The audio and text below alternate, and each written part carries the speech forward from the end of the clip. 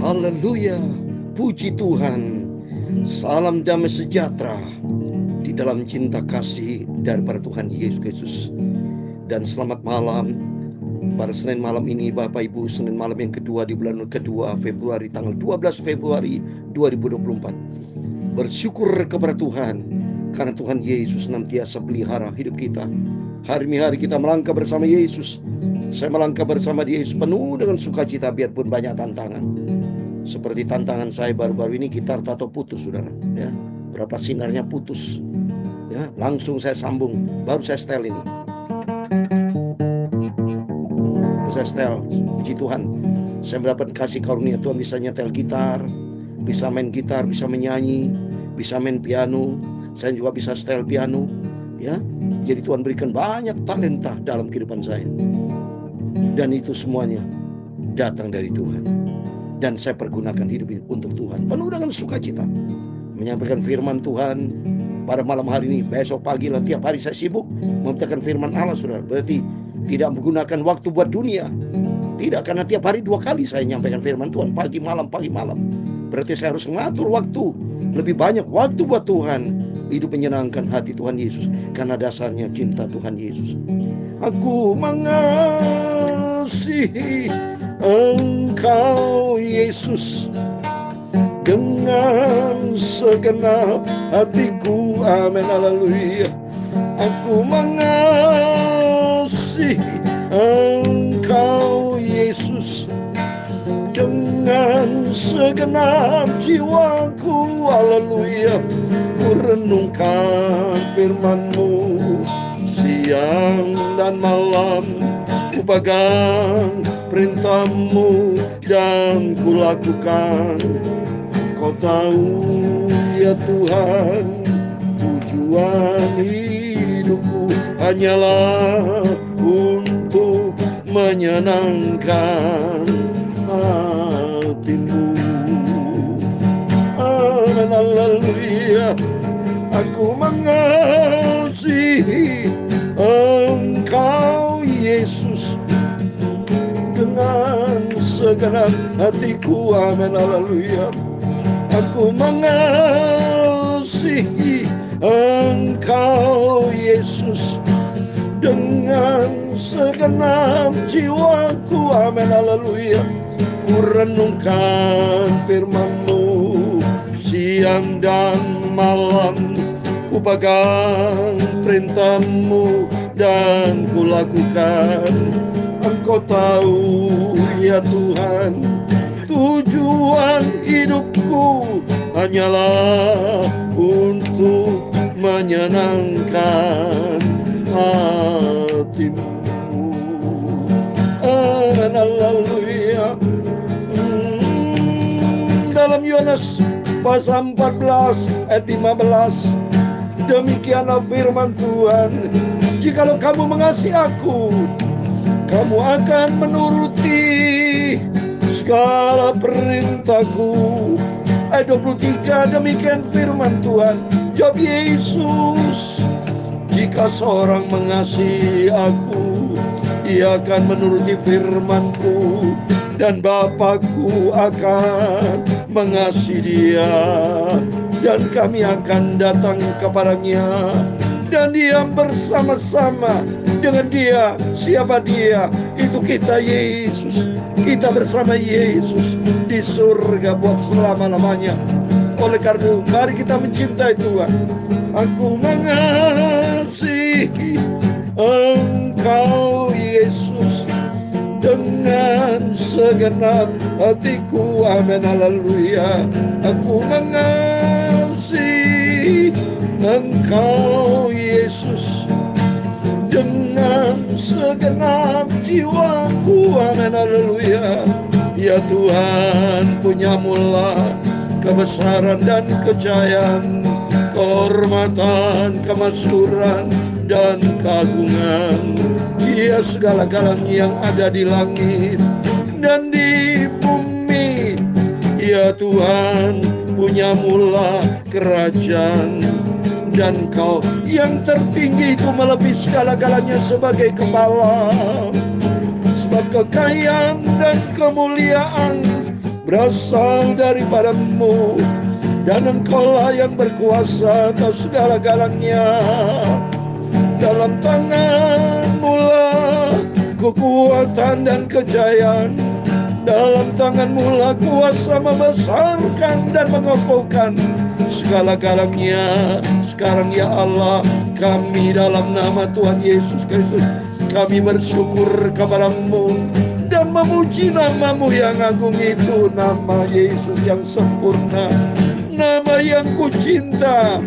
Aku mau setia dan taat kepada firman-Mu sampai selama-lamanya.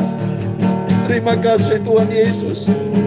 Ampunilah semua dosa salahku Bapa. Sucikanlah hatiku, pikiranku dan mulutku.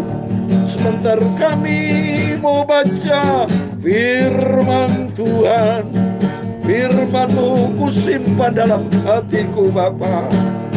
Ku renungkan firman-Mu siang dan malam. Ku pegang perintah-Mu dan ku lakukan.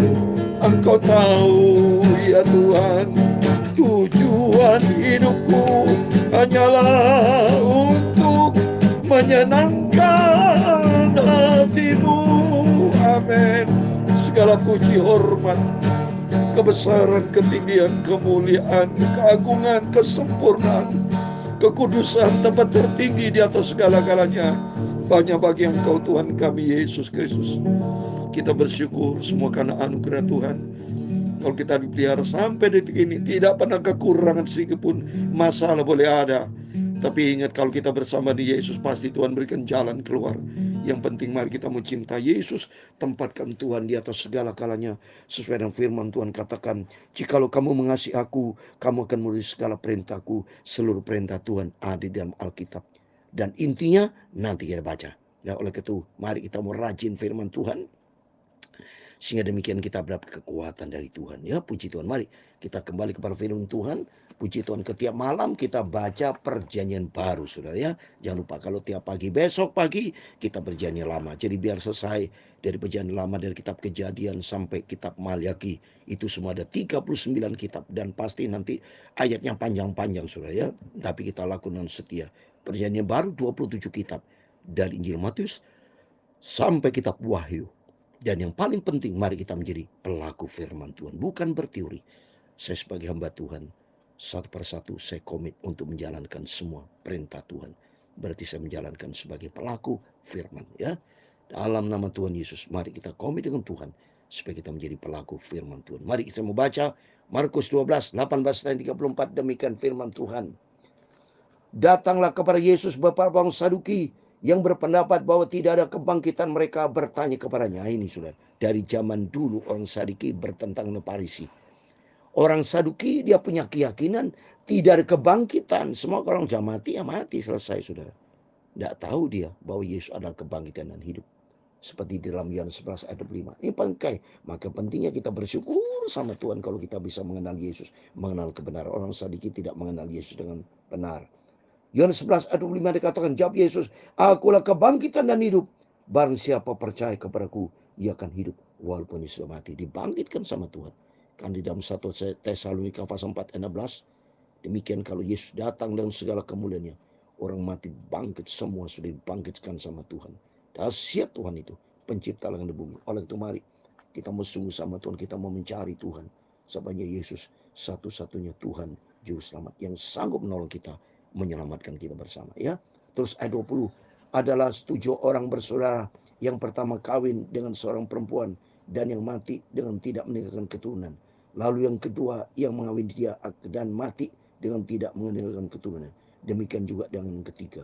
Dan begitulah seterusnya kepada ketujuhnya, tidak meninggalkan keturunan. Dan pada akhirnya sudah mereka semua perempuan itu pun mati. Pada hari kebangkitan, bila mereka debat bangkit, siapakah yang menjadi suami perempuan itu? Sebab ketujuhnya telah beristikan dia. Jawab Yesus kepada mereka, kamu sesat justru karena kamu tidak mengerti kitab suci maupun kuasa Allah. Sebab apabila orang bangkit dari antara mati, orang tidak kawin dan tidak dikawinkan, melainkan hidup seperti malaikat surga. Amin. Saya mau jelaskan secara singkat, saudara. Ini manusia selalu pakai logika, ya, selalu pakai kekuatan sendiri. Makanya orang Saduki, ya, pakai logika dia tidak iman kepada Bapa di surga, Tuhan Yesus. Dia nggak percaya Yesus sih keliru. Makanya kenapa dia nggak percaya Yesus? Ya silakan dia tanggung resiko. Ya orang Saduki punya keyakinan kalau sudah mati-mati tidak punya impian suatu hari akan bangkit. Berdasarkan Alkitab ada kebangkitan, saudara. Ya, berdasarkan firman Tuhan. Oh, karena itu kita bukan ikuti manusia. Manusia bukan juru selamat, tapi Yesus ke juru selamat ada di dalam firman Tuhan. Oh, dahsyat, saudara. Firman Allah katakan demikian. Mari kita lihat supaya kita makin mengerti, dapat memahami apa rencana Tuhan, ya. Sebab apabila orang bangkit antara orang mati, orang tidak kawin dan tidak dikawinkan, melainkan hidup seperti malaikat surga. Jadi orang kalau bicara menikah, saudara, itu bicara di dunia, saudara. Ya, jadi pernikahan itu bicara di dunia. Besok di surga itu pernikahan rohani. Di dunia pernikahan jasmani, ya. Tapi besok di surga kita diundang pesta perkawinan anak domba lah, seperti di dalam Wahyu 19 ayat 9. Saya mau bacanya supaya kita jelas. Suatu hari kita diundang sama Tuhan, ya. Tapi diundang atau tidak undang menentukan sekali apabila sikap perilaku Bapak Ibu itu sangat menentukan sekali. Sikapnya bagaimana terhadap Tuhan. Demikian Wahyu 19 ayat 9. Lalu ia berkata kepadaku, tuliskanlah berbagai mereka yang diundang ke perjamuan kawin domba. Katanya lagi padaku, perkataan adalah benar, perkataan dari Allah. Amin. Ya, suatu hari kelak kita diundang dalam pesta pertemuan di udara yang begitu kudus bersama dengan Yesus. Ya, diumpamakan hubungan antar suami istri padahal sebenarnya hidup dalam kekudusan. Ya, oleh itu mari kita mau pegang teguh di dalam janji firman Allah. Hiduplah di dalam kebenaran firman Tuhan. Terus berikutnya, saudara, ayat 26. Dan juga tentang kebangkitan orang mati. Tidak kamu baca dalam Alkitab Musa dalam cerita tentang semak duri, bagaimana bunyi firman Allah kepadanya, akulah Allah Abraham, Allah Ishak dan Allah Yakub. Ya bukan orang mati, Allah orang mati, melainkan Allah orang hidup. Kamu benar-benar sesat. Amin. Tuhan kita adalah Tuhan orang hidup, ya. Artinya Tuhan berkorban melakukan terbaik buat kita manusia masih hidup. Persoalan kematian itu, makanya Tuhan pada waktu bicara mati di atas kayu salib tubuhnya, tapi dalam roh dia menginjil, seperti dalam 1 Petrus. Supaya mereka yang terima Tuhan Yesus dan hiduplah dalam firman Tuhan. Jadi kekristenan kita harus bertobat, saudara. Jadi kalau kekristenan Bapak tidak bertobat, saya minta bertobat dalam nama Yesus. Rokok, lepas itu rokok.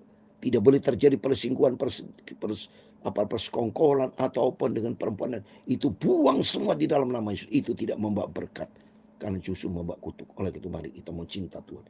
Tempatkan Tuhan di atas segala-galanya, ya. Karena Tuhan adalah orang hidup di sini, bukan Allah orang mati.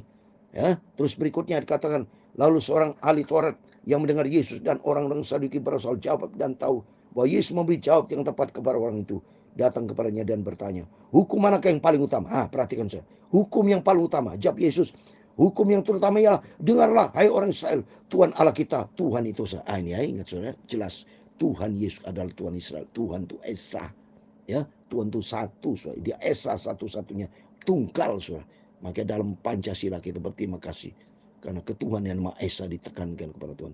Kalau ditekankan kepada Tuhan, hidup kita aman, damai, sejahtera. Kenapa terjadi keributan antar agama? Karena hidupnya tidak sesuai dengan perintah Allah.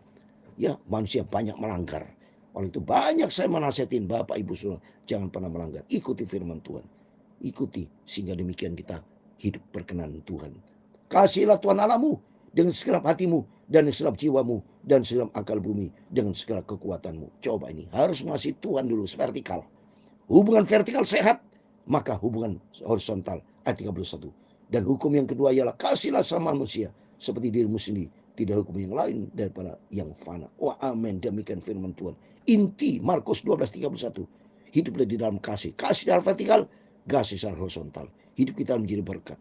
Jangan sampai hidup kita menjadi batu sandungan. Dalam nama Yesus, rukuskan mampuan kita. Tidak mau seperti orang Saduki yang tidak percaya kebangkitan, tapi kita semua menemui firman Allah bahwa di dalam Kristus ada kebangkitan. Di dalam Kristus bukan orang Kristen, beda ya.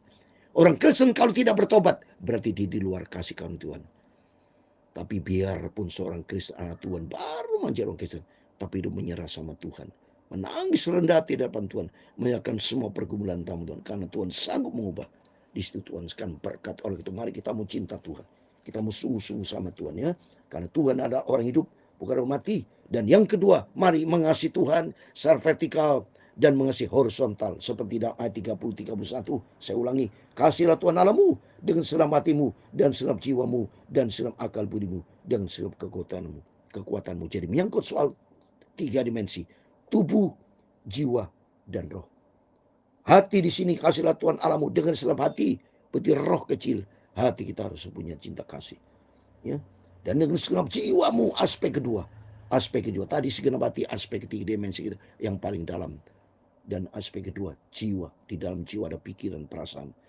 Dan segenap kekuatanmu ini tubuh. Jadi tubuh, jiwa, roh kita. Kita berserah total kepada Tuhan. Dan kita mencintai Tuhan. Seperti saat ini saya lakukan firman Allah. Saya capek secara tubuh, capek secara pikiran, capek secara hati. Tapi penuh dengan sukacita. Saya dah anggap itu karena kesukaan sukacita Tuhan. Jauh lebih besar, jauh lebih memula dari keadaan dunia ini. Oleh itu mari kita mau hidup di dalam firman Tuhan. Dan kata firman Tuhan tadi katakan mengasihi Tuhan secara vertikal dan hidup dalam kasih secara horizontal. Ini konsep salib. Salib bicara vertikal kepada Tuhan kasih, horizontal mari kita saling mengasihi, saling peduli, sehingga saling memperhatikan, sehingga hidup kita berkenan kepada Tuhan. Terus ayat yang 31 dan kuasa dan hukum yang kedua ialah kasih sama manusia seperti dirimu sendiri. Tidak ada hukum yang lebih utama daripada yang kedua. Jadi jelas hukum horizontal, saling mengasihi, saling toleransi, semua yang saling mengasihi, sehingga hidup kita menjadi berkat. Nama Tuhan dipermuliakan. Lalu kata ahli Taurat itu kepada Yesus, tepat sekali guru berkata itu bahwa dia Esa, bahwa tidak ada yang lain kecuali dia. Itu Esa. Allah kita ini sudah tertulis dalam Alkitab. Esa. Ya, jangan bingung dari pernyataan-pernyataan yang belum jelas. Sebaiknya mereka sarankan jumpa dengan saya itu pendeta. Atau bicara dengan saya dalam doa. Supaya semua bertobat datang kepada Yesus. Ya, jadi jelas mengasihi Tuhan supaya betul-betul jauhkan dari segala kekuatan andalkan manusia. Tapi mengasihi Tuhan, hati yang bersih tulus diberkati Tuhan. Memang masih dia dengan segala hati, dengan segala pengertian, dengan segala kekuatan. Juga mengasihi sama manusia seperti diri sendiri, jauh lebih utama daripada semua korban bakaran dan korban sembilan. Amin. Mari kita cinta Tuhan vertikal, cinta horizontal kepada sama kita. Hidup kita diberkati. Ayat 34, Yesus melihat bagaimana kebijaksanaan jawab orang itu dan ia berkata kepadanya, engkau tidak jauh dari kerajaan Allah.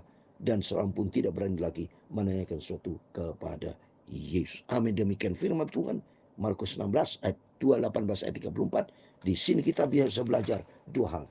Yang pertama, mari kita percaya di dalam Kristus ada kebangkitan. Seperti dalam Yohanes 11:25 bahwa Yesus adalah kebangkitan hidup.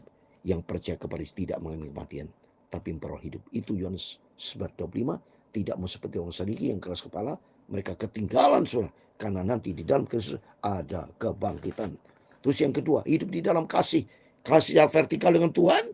Kasih dengan sama. Apa yang menjadi Bapak bisa kerjakan. Untuk peduli rakyat Indonesia kita menjelang pemilu. Tuhan campur tangan. Sehingga tidak ada chaos. Tidak ada berita-berita baru keluar dalam nama Yesus. Kalau ada niat-niat jadi pihak tertentu. Kita usir dalam nama Yesus. Supaya pemilu berlangsung dengan aman, damai, sejahtera yang diberkati Tuhan. Selalu saya berdoa. Indonesia diberkati Tuhan. Dan kita sebagai anak Tuhan, mari kita berdoa Indonesia tercinta. Dan kita mau serahkan acara pemilu nanti tanggal 14 Februari sesuai dengan apa kehendak Tuhan. Sehingga pada waktu Bapak Ibu masuk ke ruang TPS, berdoa kepada Tuhan. Tuhan, biar Tuhan campur tangan. Apa yang kami kerjakan Tuhan, pilih 1, 2, dan 3 sesuai dengan kehendak Tuhan. Bukan kehendak manusia yang jadi, kehendak Tuhan yang jadi. Karena katakan, aku mengasihi Engkau Yesus. Aku mengasihi Engkau Yesus dengan segenap hatiku. Amin. Haleluya.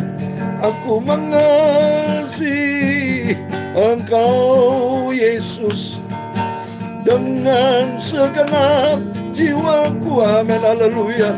Ku renungkan firman-Mu siang dan malam, ku pegang perintah-Mu dan ku lakukan. Engkau tahu ya Tuhan, tujuan hidupku hanyalah untuk menyenangkan hati-Mu. Kita menyenangkan hati Tuhan, utamakan Tuhan. Tempatkan Tuhan di atas segala-galanya. Karena Dia yang menciptakan kita. Dan kita hari-hari menjadi perkenanan Tuhan. Ku renungkan firman-Mu siang dan malam.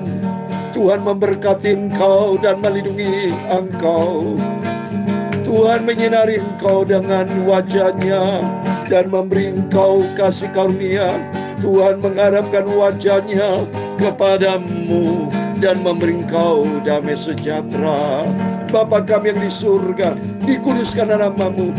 Datanglah kerajaan-Mu, jadilah kehendak-Mu di bumi seperti di surga. Berikan kami pada hari ini makanan kami yang secukupnya, dan ampunilah kami akan kesalahan kami, seperti kami juga mengampuni orang bersalah kepada kami. Dan janganlah membawa kami ke dalam pencobaan, tetapi lepaskanlah kami daripada yang jahat. Karena Engkaulah yang mempunyai kerajaan dan kuasa dan kemuliaan sampai selama-lamanya. Amin. Tuhan memberkati kita semua. Pada waktu berbaring tidur, berjaga dan berdoa, biar hari-hari kita menantikan kedatangan Tuhan. Suatu hari kelak Yesus berkata, Yesus datang, yang setiap orang mati dalam Kristus akan mengalami kebangkitan. Dan minta sama Tuhan supaya Bapak Ibu bersama saya tidak menantikan kematian, tapi saya menantikan kedatangan Tuhan Yesus, supaya diangkat bersama dengan Yesus, rapture, masuk dalam kerajaan surga buat selama-lamanya. Tuhan memberkati kita semua. Amin. Selamat malam. Berjaga dan berdoa. Immanuel. Amin. Haleluya.